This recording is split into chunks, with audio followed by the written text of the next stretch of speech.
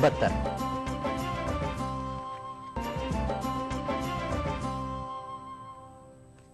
खास बात में सबसे पहले आज की बड़ी खबर।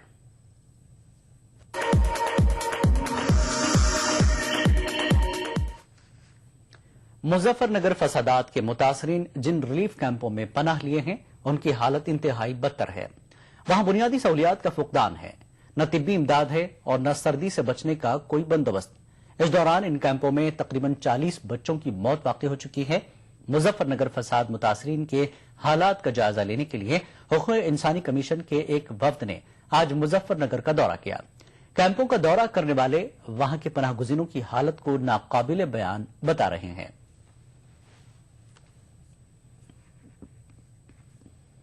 मुजफ्फरनगर फसाद के 100 दिन हो चुके हैं। उत्तर प्रदेश की अखिलेश हुकूमत और उत्तर प्रदेश की इंतजामिया अपनी पीठ थपथपा रही है। उनका दावा है कि मुतासरीन की भरपूर मदद की जा रही है और 43 करोड़ 50 लाख रुपए मुआवजा दिया जा चुका है।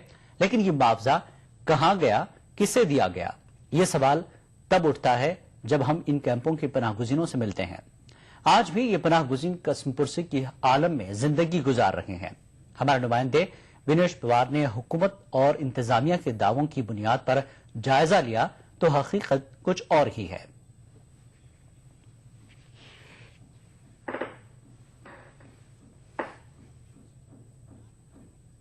यहाँ के लोग दंगे के दंश को झेल रहे हैं। बात अगर सरकार की करें तो सरकार ने लगभग 44 करोड़ रुपए मुआवजा इनको अभी तक दिया है, लेकिन और अन्य यहाँ पर सुविधाएं देने की भी बात जिला प्रशासन कह रहा है, लेकिन जमीनी हकीकत की बात करें तो कुछ और ही है। हमारे साथ मौजूद है यहाँ राहत शिविर कैंप में जो लोई में रह रहे हैं वो लोग मौजूद है। उनसे आगे जानते हैं कि किस तरह की स्थिति है और किस तरह का दर्द और किस तरह की ठंड से वो इस समय रात काट रहे हैं शिविर में। आपसे जानना चाहेंगे, आपका नाम? मोहम्मद जहीर है जी। मोहम्मद जहीर, ये बताइए कि किस तरह की स्थिति है यहाँ, क्या तुम्हें अभी जिला प्रशासन की तरफ से कुछ सहायता मिली? जी 2-4 दिन से जिला प्रशासन की तरफ से जैसे कंबल वगैरह है, उससे ठंड नहीं रुकती है तो कंबल वगैरह बांट रहे, बहुत हल्के कंबल है। तो और ठंड से हर बच्चे बीमार भी हो रहे हैं और उससे ठंड नहीं रुक रही है। ठंड से सबसे ज्यादा परेशानी ठंड से है। और फिलहाल जैसे मेरी खुद की स्थिति है कि परिवार से अलग रह रहा हूँ, मेरा मुआवजे में नाम नहीं है और उसके बाद 12 सदस्य है मेरे परिवार में, उसके बाद भी लिस्ट से मेरा नाम हटा दिया गया। बिल्कुल, यानी कि लगभग 44 करोड़ रुपए मुआवजा दिया तो जा चुका है, लेकिन ज्यादातर लोग ऐसे यहाँ मौजूद हैं जिनको अभी भी मुआवजा नहीं मिला है। आपका नाम? मेरा नाम जहूर हुसैन है, फोगाने का मैं रहने वाला हूँ। क्या समस्या है आपको? समस्या ये है जी, एक तो जो है हर चीज की परेशानी है, न हमारे जो छत है सर के ऊपर और नहीं जो प्रशासन की तरफ से कोई हमें अभी 2-3 दिन के अंदर तो जो है कंबल भी मिल रहे हैं, बच्चों के गर्म कपड़े भी मिल रहे हैं। 8 आदमियों का परिवार है मेरा, न मेरा जो है मुआवजे में नाम है और जो है बस हर चीज की दिक्कत ही बन रही है। बिल्कुल, दिक्कतें ज्यादा हैं, लोग फिर भी मजबूरी में यहाँ रह रहे हैं क्योंकि अब उनको अपनी जान का खतरा है। आप बताइए क्या समस्याएं हैं और क्या अभी तक जिस प्रकार से जिला प्रशासन दावे कर रहा है आप लोगों को मदद करने का, क्या वाकई मदद मिली है? नहीं जी, बिल्कुल नहीं मिला। मेरा नाम मोहम्मद जाहिद है और उन्हें भी लोग का प्रशासन ने बिल्कुल नहीं उठाया। जो हमारे आगे तबल गिंडास होता काटा, प्रशासन तो बिल्कुल अंधी हो रही जी, कुछ नहीं करी प्रशासन तो। यहाँ शिविर में किस तरह रह रहे हैं आप? यहाँ शिविर में झुग्गी में आग बाल कर रात काट रहे जी हम। हमारे जी से हमारे से पूछ कर देखो, वो तो कोठी में रहे, उसे क्या जो वो 5 लाख रुपए उन्हें दिए, हम उसे 10 लाख रुपए देवा जो हमारे की डालो झुग्गी में बैठ कर दिन रात काटता है। वो सब चले जाएंगे तो हम कहाँ जाए, हमारे पास कुछ भी नहीं है। पैसे मिल गए अपना काम करेंगे जहाँ इन्होंने देना, हम कहाँ जाए।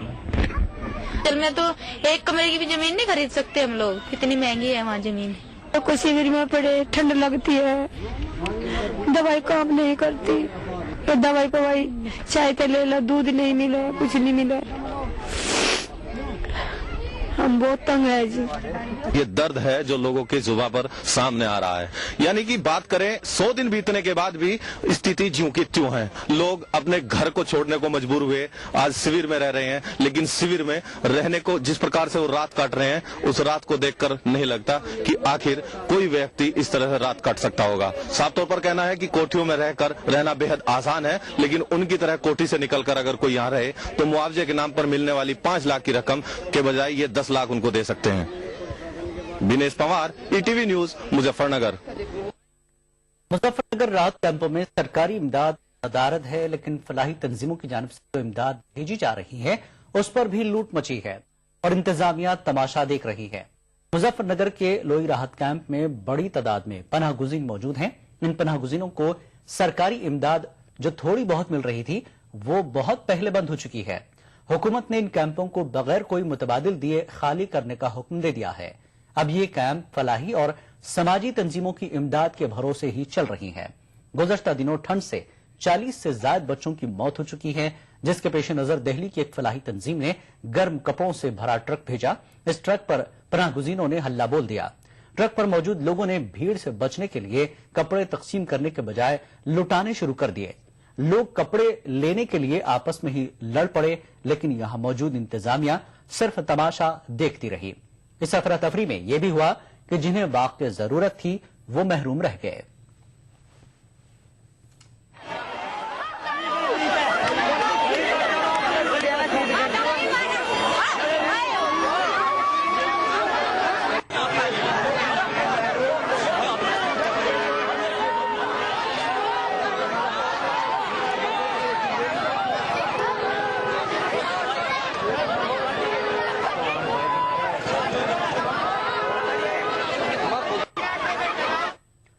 मुजफ्फरनगर फसाद के बाद उत्तर प्रदेश पुलिस पूरी रियासत में अक़लियती तबके खासकर तौर से मुसलमानों को एतमाद में लेने और उनसे बेहतर रिश्ते बनाने की कोशिश कर रही है। इस मंसूबे के तहत मजहबी शख्सियात, दानिशवरों और समाजी कारकुनान के साथ पुलिस और इंतजामिया के आला ओहदेदार राब्ते के प्रोग्राम मुनक्किद कर रहे हैं।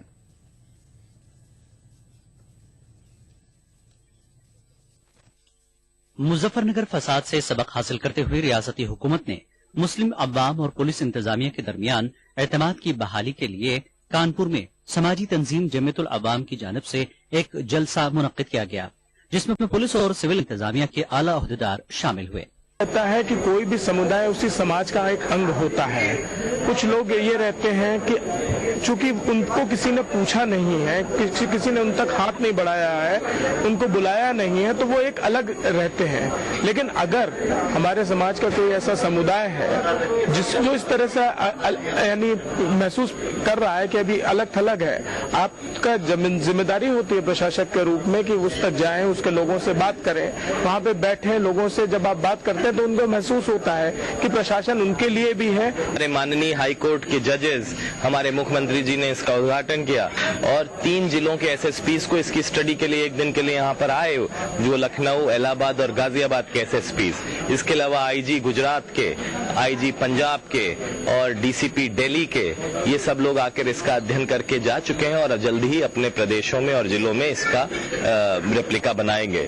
साथ ही साथ मैं ये कहना चाहूंगा, एसपीओ स्कीम के लिए हमारे आदरणीय प्रमुख गृह सचिव साहब ने इसको एक संस्था के रूप में पंजीकृत कराकर गवर्नमेंट से फंड्स देने का उन्होंने मन बना लिया है। जल्दी इसमें गवर्नमेंट के फंड्स भी आने लगेंगे। जलसे में शामिल मजहबी शख्सियात और समाजी कारकुनान ने भी अपने मुस्बत रद्दमल का इजहार किया। मैंने पहले भी बताया था कि ये 2 हिस्से हैं, एक तो जिला इंतजामिया का होता है और एक अवाम का होता है। ये दोनों हिस्से जब तक के मिल करके नहीं काम करेंगे, कोई भी काम पाए तकमील तक नहीं पहुंचता है।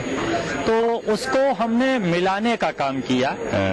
ये मानकर चलिए कि मील का पत्थर साबित होंगे अगर एक दूसरे की को कोऑपरेट करेंगे। जलसे में पुलिस इंतजामिया ने इस बात का एतराफ किया कि अक़लियतों के दरमियान पुलिस छवि अच्छी नहीं है। इंतजामिया का कहना था कि अक़लियती तबके से ताल्लुक रखने वाले अफराद किसी भी मसले पर उनसे राब्ता कर सकते हैं। ETV news, Kanpur. हम जिन्स परस्ती इन दिनों मुल्क में मौजूद बहस है। मुल्क की सबसे बड़ी अदालत ने इसे जुर्म करार दिया है, लेकिन इस जुर्म की सजा तजवीज नहीं की गई है। मरकजी हुकूमत ने इस फैसले पर नजरसानी की दरख्वास्त की है। उधर मुल्क के तमाम मजाहिब के रहनुमाओं ने एक प्रेस कॉन्फ्रेंस का इनेकाद किया, जिनमें हिंदू, मुस्लिम, सिख और ईसाई मजाहिब के रहनुमाओं ने अदालत के फैसले का खैर मकदम किया। अलबत्ता ईसाई पेशवा इसे जुर्म नहीं मानते। हमारे मुल्क की ज्यादातर आबादी मशरकी तहजीब की परवरदा है। इस तहजीब में अज़दवाजी रिश्ते का तस्वुर है। हिंदू, मुस्लिम, सिख, ईसाई तमाम मज़ाहिब के मानने वालों में हमजिंसी का तस्वुर नहीं है और उन्होंने हमजिंसी के कानून को रद्द किए जाने के फैसले का खैर मकदम किया है। अलबत्ता दिल्ली चर्च के फादर डोमिनिक इमैनुअल इसे जुर्म नहीं मानते। उसे जुर्म कहा है ना, और मजहब हम ये कहते हैं कि मजहब भी उसे जुर्म करार देता है। जब जुर्म करार देता है तो अब यह है कि उसे क्या सजा दी जानी चाहिए, अलग बात है।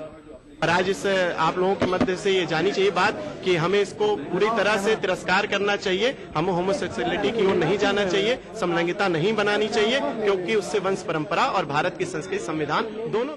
हम इन लोगों को अपना भाई बहन ही मानते हैं, हमारे समाज के अंग हैं और हम चाहते हैं कि उनसे ठीक से पेश आया जाए और उनको आदर सम्मान दिया जाए और बातचीत करके जो भी है उनसे किया जाए, परंतु हम उनको अपराधी नहीं मानते।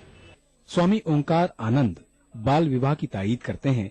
उनका मानना है कि इससे इस्मत दरी और हमजिन्स परस्ती जैसे वाकयात पर रोक लगाने में मदद मिलेगी। जो व्यवस्थाएं पहले थी उससे इन चीजें कम होती थी। पहले बाल विवाह था तो उसमें ये संस्कार में होता था, पवित्रता रहती थी, कहीं न कहीं बचपने में ही जब वो सारी संस्कार से जुड़ जाता था तो एक बंधन तो रहता था। लेकिन कोई भी चीज ऐसी आज नहीं है जो बंधन में ना रख करके और पूरे जीवन उसको सही से चलाया जा सके।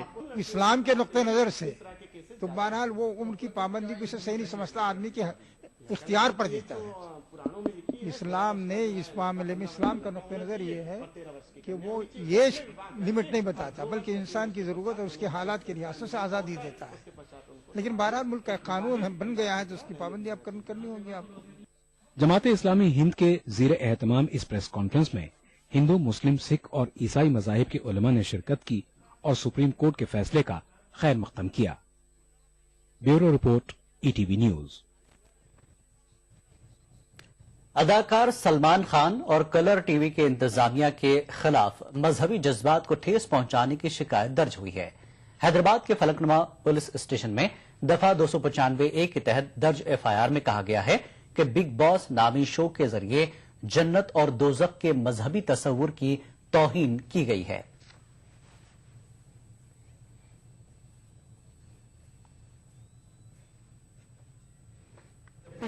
Jannat and Jahannam as reality, and quote, and second thing he said that there was a dog which was named as Jannat. These two basic objections were there in the complaint, and the case has been registered as per the court directions. Uttar Pradesh हुकूमत ने वादों के बाद इख्तिदार हासिल किया और अब खोखले दावों से अपनी कारकर्दगी मनवाने की कोशिश कर रही है। कन्या विद्याधन, स्कॉलरशिप्स और लैपटॉप जैसी स्कीमों का खूब ढिंडोरा पीटा जा रहा है, लेकिन हकीकत कुछ और ही कहानी बयान करती है। तलबा तालिबात इन खोखले वादों से तंग आकर एहतजाज पर उतर आए हैं। मेरठ के तलबा तालिबात का सरकारी स्कॉलरशिप की इमदाद और लैपटॉप का इंतजार खत्म नहीं हो रहा है। तहसीलों और सरकारी दफातर के चक्कर काटने के बाद अब ये तालिबात अपने हक के लिए एहतजाज करने पर मजबूर हैं। ना तो हमें लैपटॉप मिला, ना ही कन्या विद्याधन मिला और ना ही स्कॉलरशिप आई हमारी।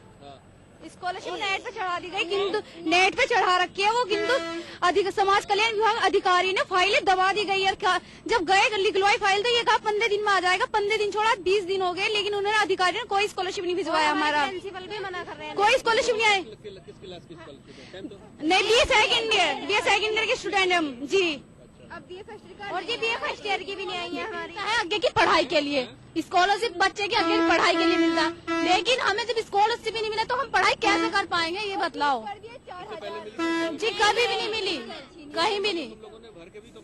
हाँ जी, फॉर्म भेजा है, आपके फॉर्म में कोई मिस्टेक है, इस वजह से आपकी स्कॉलरशिप नहीं आई, इसलिए कह दिया जाता है हर बार भी। सर हम पिछले मंगल तहसील में भी गए थे मवाना, लेकिन वहाँ के SDM ने कहा कि मेरठ मिलो जाके उनसे वो करो अपनी शिकायत, इसलिए हम यहाँ पे आए और यहाँ पे हमें बड़ा नहीं दिया उन्होंने, हमारी शिकायत ही नहीं सुन रहे।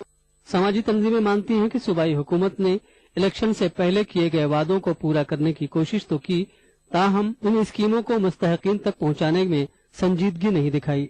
स्कीमों की जरूरी शर्तों को पूरा करना जहां गरीबों के लिए परेशानी का सबब बन गया है, वहीं दफातर में फैली बदनुमानी इमदाद को मुस्तहकीन तक पहुंचाने में सबसे बड़ी रुकावट बन रही है।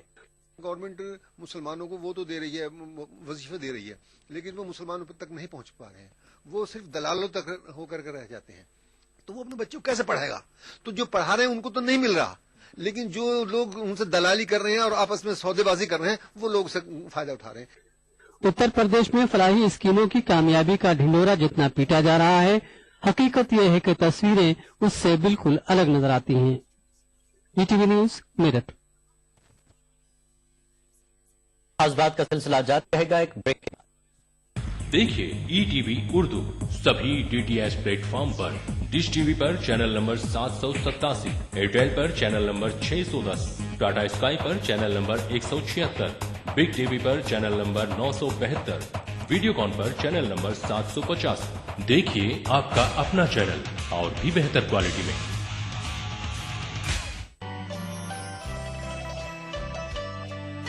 हमको दुनिया ने बसा रखा है दिल में अपने, हमको दुनिया ने बसा रखा है दिल में अपने, हम किसी हाल में बेघर नहीं होंगे। अभी है सब्र मुझ में, वाह, जितना जी चाहे सता ले तू, फिर इसके बाद तुझको ही परेशानी में रहना। मैंने किताब खोल दी एक रोज इश्क की, एक रोज इश्क की, एक रोज इश्क की, सारे वर्क उड़ा के मगर ले गई हवा। फासला इश्क की शिद्दत को बढ़ा देता है, इसलिए काबा मदीने से अलग रखा है। इस शनिचर महफिल मुशायरा में देखिए परभनी महाराष्ट्र में मुनक्किदा एक शानदार कुल हिंद मुशायरा, रात 9:30 बजे सिर्फ ईटीवी उर्दू पर। जिंदगी के इस सफर में सच्चाई हमारी हमसफर हो। हम दिखाते हैं वही खबर जो समाज के लिए हो आईना। गैर जानिबदारी हमारा शिवा। खबर वही जिस पर हो आपको एतबार। देखिए खबरनामा इन औकात पर।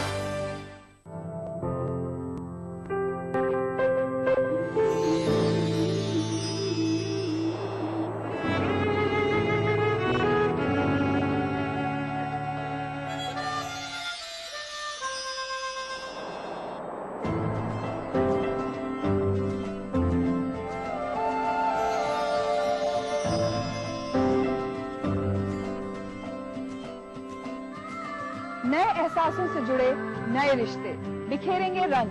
जिंदगी लाइव सीजन 5 इतवार दोपहर 12 बजे और शनिवार दोपहर 12:30 बजे।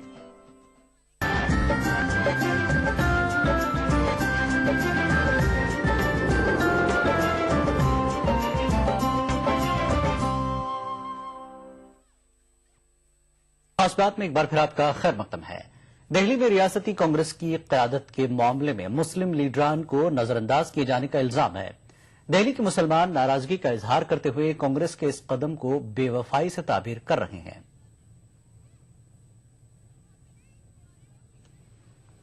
दिल्ली असेंबली इंतखाबात में कांग्रेस ने 70 सीटों पर सिर्फ 6 मुस्लिम उम्मीदवार उतारे थे। इन उम्मीदवारों में से 4 मुस्लिम उम्मीदवारों ने आम आदमी पार्टी की लहर का डटकर सामना किया और बड़ी तादाद में वोट लेकर एक तरफा कामयाबी हासिल की।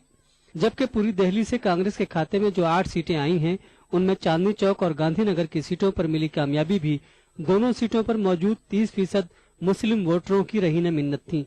यही वजह है कि जब दिल्ली कांग्रेस के सदर बीजेपी अग्रवाल ने इंतखाबात में शिकस्त का जिम्मा कबूल करके इस्तीफा दिया, तो कांग्रेस के बदतरीन हालात में मुसलमानों की वफादारी को देखते हुए रियासत में पार्टी की जिम्मेदारी मुस्लिम लीडरान में से किसी को दिए जाने की उम्मीद की जा रही थी। इस सिलसिले में बल्ली मारान की एमएलए और दिल्ली सरकार में वजीर तवानाई हारून यूसुफ का नाम सबसे ऊपर चल रहा था, लेकिन मुसलमानों की इस उम्मीद पर पानी फिर गया और सिख तबका के नौजवान लीडर अरविंद सिंह लवली को दिल्ली में पार्टी का सरबराह बना दिया गया। मुस्लिम लीडरों को इस तरह नजरअंदाज किए जाने से मुसलमान नाराज हैं। यानी गांधीनगर की सीट और चांदनी चौक की सीट जहां से 2 सिख कांग्रेसी जीते हैं, दोनों पर 35% मुस्लिम वोट है और उन्हीं वोट से दोनों लोग जीते हैं। तो जो ये 8 में से 6 हैं, इनके बारे में बिलाशुबा ये कहा जा सकता है कि मुस्लिम वोट से जीते हैं। इसके बावजूद भी कांग्रेस का हिंदू बैकलैश का और मुस्लिम बैकलैश का जो कंसीडरेशन हमेशा रहा है वही अब भी दिखाई दे रहा है। तो ये अपने आप में, इसीलिए मैं बार बार कहता हूं कि कांग्रेस ने पहले भी कभी सबक नहीं सीखा, अब भी सबक नहीं सीखा। जिस तरीके से कम्युनल वायलेंस बिल के साथ हुकूमत ने मजाक किया कि तमाम लोगों से वादा किया, खुद वजीर आजम ने मुस्लिम तंजीमों से वादा किया कि वो कम्युनल वायलेंस बिल को इस विंटर सेशन में पास कराएंगे, और 2 दिन बाकी होने के बावजूद उसको पास नहीं कराया। 2 दिन पहले सेशन की कार्रवाई पार्लियामेंट की आपने बंद कर दी। आप चाहते तो 2 दिन का वक्त था आपके पास। दिल्ली में मुस्लिम आबादी का तनासुब सरकारी आदादोशुमार के लिहाज से 13% से जायद है, जबकि सिखों की आबादी दिल्ली में 5% से भी कम है। असेंबली इंतखाबात में कांग्रेस को महज 24% वोट मिले हैं, जिनमें कांग्रेस को मुस्तफाबाद सीट पर हसन अहमद की बदौलत 56,000, ओखला में आसिफ मोहम्मद खान की सूरत में 50,000, सलीमपुरी में चौधरी मतीन ने 48,000, इसी तरह बल्ली मारान में हारून यूसुफ ने 30,000 से जायद वोट दिलाए हैं। जबकि राजधानी में कांग्रेस की मिलने वाली वोटों में मुस्लिम वोटों का तनासुब बहुत ज्यादा रहा है। यही वजह है कि पार्टी में नजरअंदाज किए जाने से मुसलमानों के साथ धोखा करार दिया जा रहा है। कांग्रेस पार्टी मुसलमानों को सिर्फ धोखा देती आई, लॉलीपॉप देती आई है। कई मसलों पर हुआ है ऐसा। मिसाल के तौर पर यहां भी कर दिया उन्होंने ऐसा। 2 सीटें सिख भाइयों की आई और 1 सीट जो हमारी उधर पुरानी दिल्ली साइड से है उस पर भी मुसलमानों जीत दिलाई। दिल्ली में अब कांग्रेस के पास मुस्लिम लीडरान को देने के लिए सिर्फ ऐवान असेंबली में अपने अरकान के सरबराह की जिम्मेदारी ही बाकी बची है। ETV news, New Delhi.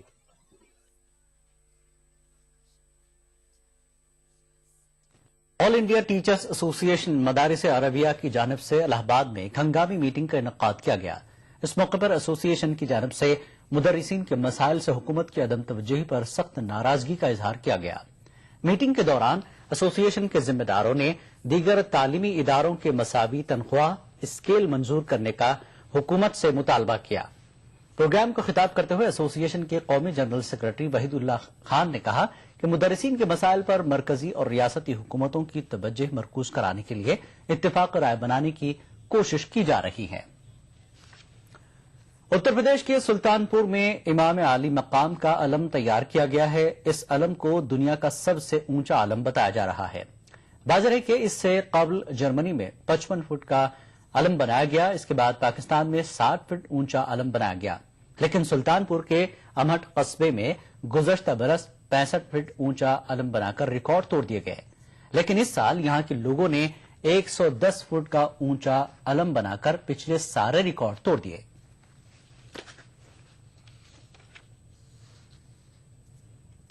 राजस्थान की वज़ीर आला वसुंधरा राजे ने अपनी काबीना में पहली बार तोसी की है।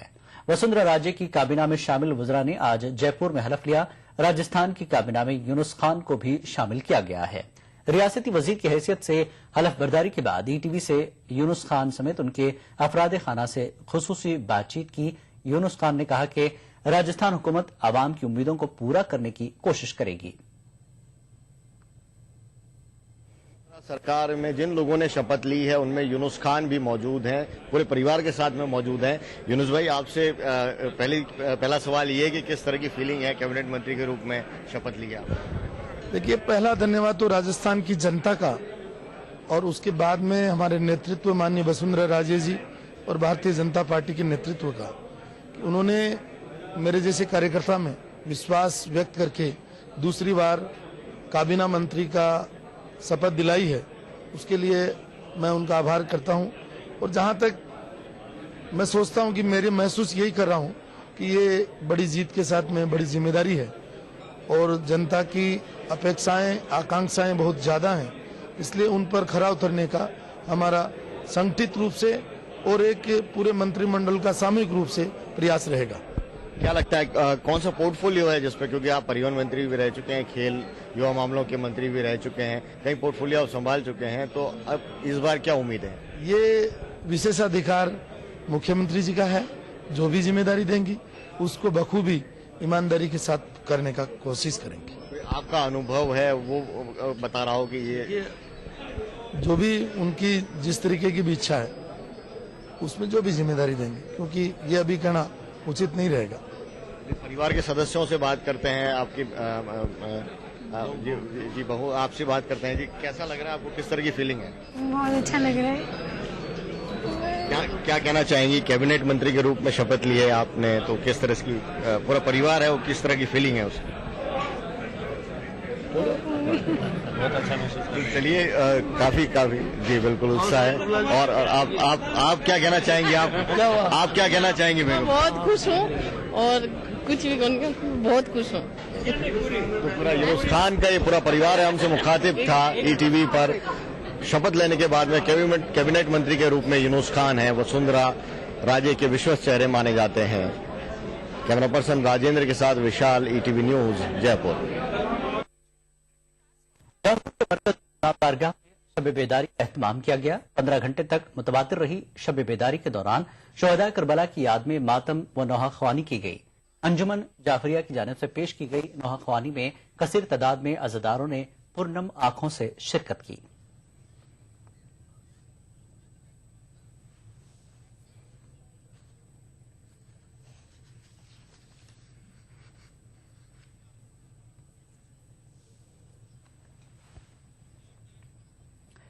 दिल्ली की गालिब अकादमी ने सरदार जाफरी और हमारी शेरी रिवायत के उन्वान पर एक खुसूसी लेक्चर मुनक्किद किया।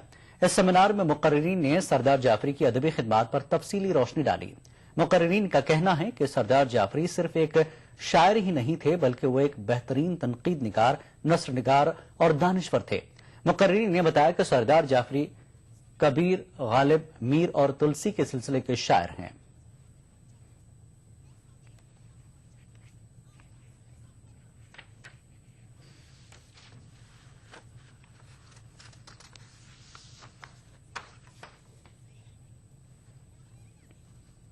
खास बात में फिलहाल इतना ही। आदाब।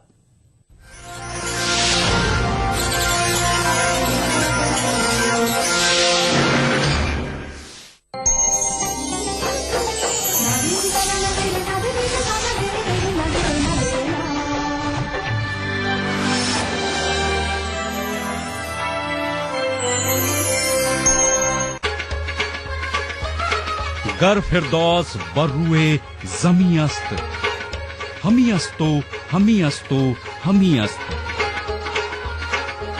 जम्मू कश्मीर के हर वाक़ये और हर पहलू पर ईटीवी की नजर। देखिए ईटीवी उर्दू कश्मीर रोजाना शाम 7 बजे और सुबह 7:30 बजे सिर्फ ईटीवी उर्दू पर।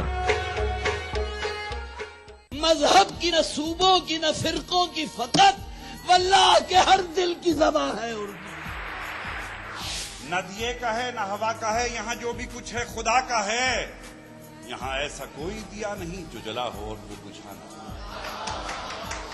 सुना है रब्त है उसको खराब हालों से, तो अपने आप को बर्बाद करके देख। बहुत अच्छा है, वाह वाह। दिल से अपनाया न उसने, गैर भी समझा नहीं। ये भी एक रिश्ता है जिसमें कोई भी रिश्ता नहीं। बरसों की रस्मों राह थी, एक रोज उसने तोड़ दी। होशियार हम भी कम नहीं, उम्मीद हमने छोड़ दी। मयारी शेरो अदब और उर्दू जबान के फरोग की जानिब ईटीवी उर्दू की एक और पहल।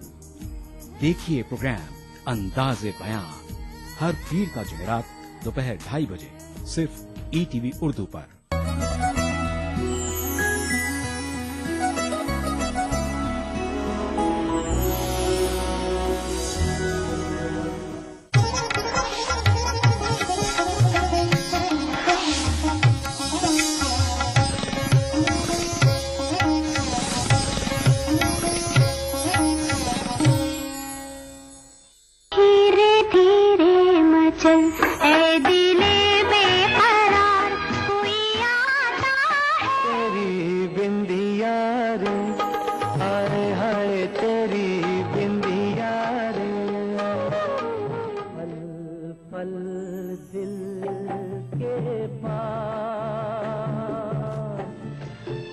उससे पहले सितारों में बस रही थी कहीं।